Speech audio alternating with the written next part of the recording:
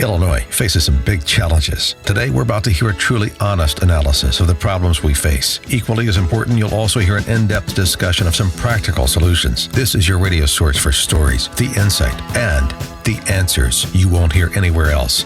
Not in the media and not coming from Springfield. You're listening to Illinois Rising, presented by the Illinois Policy Institute. Now, here's your host, AM 560's Dan Proft.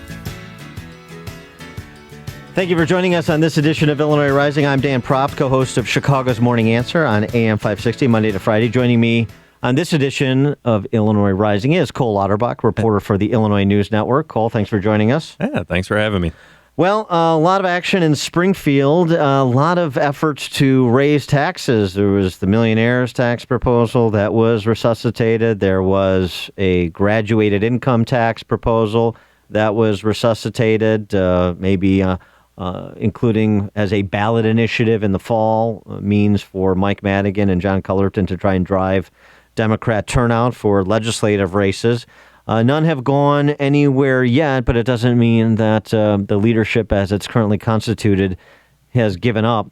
Going to continue to be a big issue as we move into the fall general election because of what Illinois families face in this state, which is at present the fifth highest overall tax burden. That's right. And I don't think people understand how close it came to actually, moving forward with this progressive tax or the millionaire's tax. I mean, there was a couple representatives saying, no, we will not stand for this. Well, let's get a bit of perspective from somebody that was there, engaged in the battle, witnessing how close it came, as you described, Cole. And he is Representative Dave McSweeney, Republican from Barrington.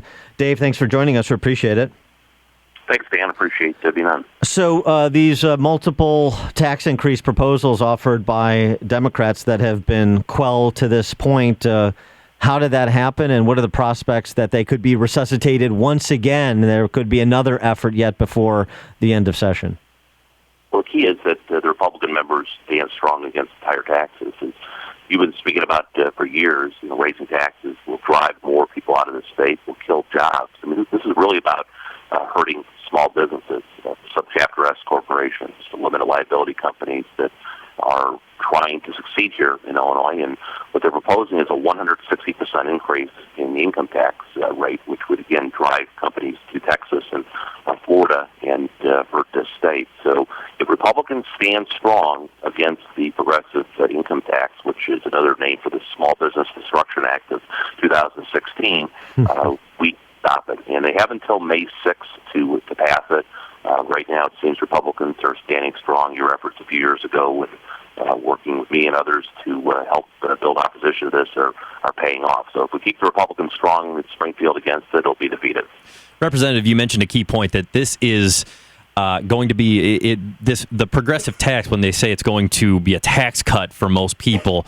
And the fact that they say, well, this helps out, the economy, but only gives it to the people who could pay most for it. The problem is that narrative doesn't fit when you're going to be hosing the small business owners, the S-corps, the LLCs, these people that are striving, that have started with one office and that are building and creating these jobs in the state.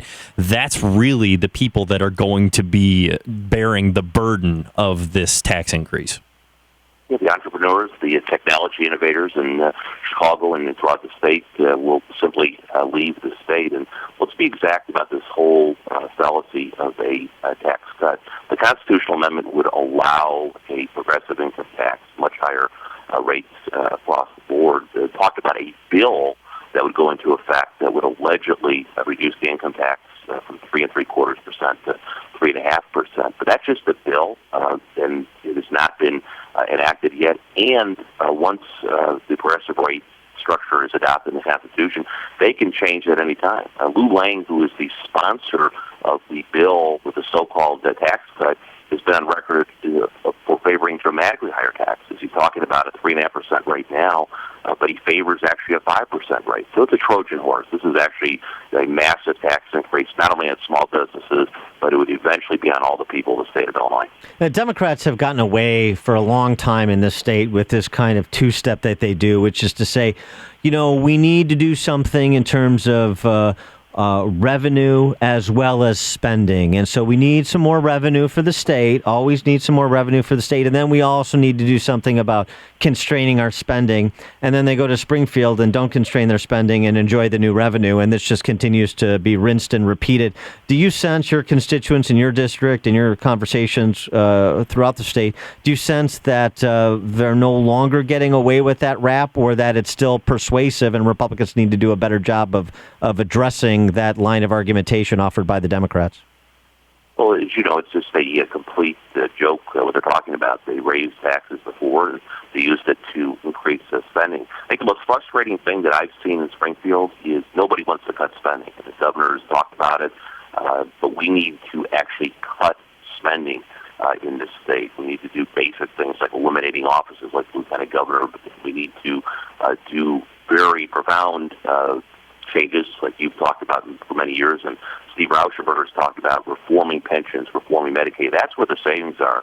And I think what my constituents continue to focus on and will continue to focus on is find ways to cut spending, stop raising our taxes. We have the highest property taxes in the country. You know, the Democrats throw out this false narrative that our tax rates are low. Our tax rates are very high when you add property taxes, the income tax, and the sales tax rate together. That's why jobs are getting killed in this state. So my constituents are telling me, cut spending, lead by example, stop this nonsense about raising taxes.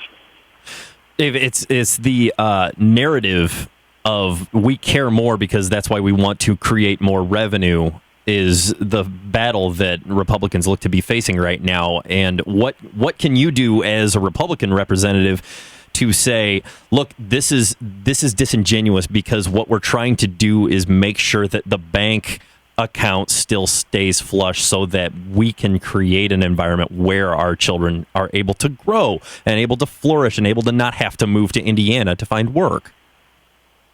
Well, you go back to the Reagan message, which is promoting an optimistic message of economic growth, lower taxes, and jobs. That's what our message should be all about. And if we want to make sure we're spending money for the developmentally disabled, which Dan is focused on and has done such great work on, for autism, for people who are truly in need, we need to reform the pension system. We need to make sure that we're freeing up resources so we can spend money on the truly needy. And in Medicaid, we need to reform Medicaid. We need to be innovative. We need to make sure that only, again, the truly needy are receiving Medicaid, and that we're actually eliminating waste and fraud. So I think our message should be that we're the party that's going to create economic growth, jobs, and that we will provide funding for the truly needy. But the only way to do that is to eliminate wasteful spending and fundamentally reform our budget. That's the key, I think, to change in Springfield. We're talking taxes and spending and economic growth with State Representative Dave McSweeney, a Republican from Barrington.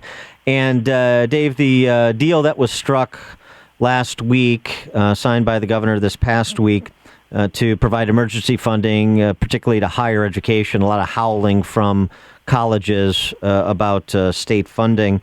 Was that a Pyrrhic victory, or is that an important step on the road to the structural reforms you were referencing?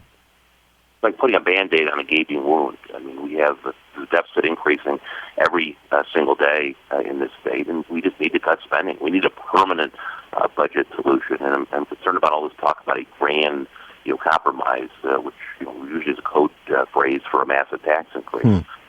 We do our job and cut spending.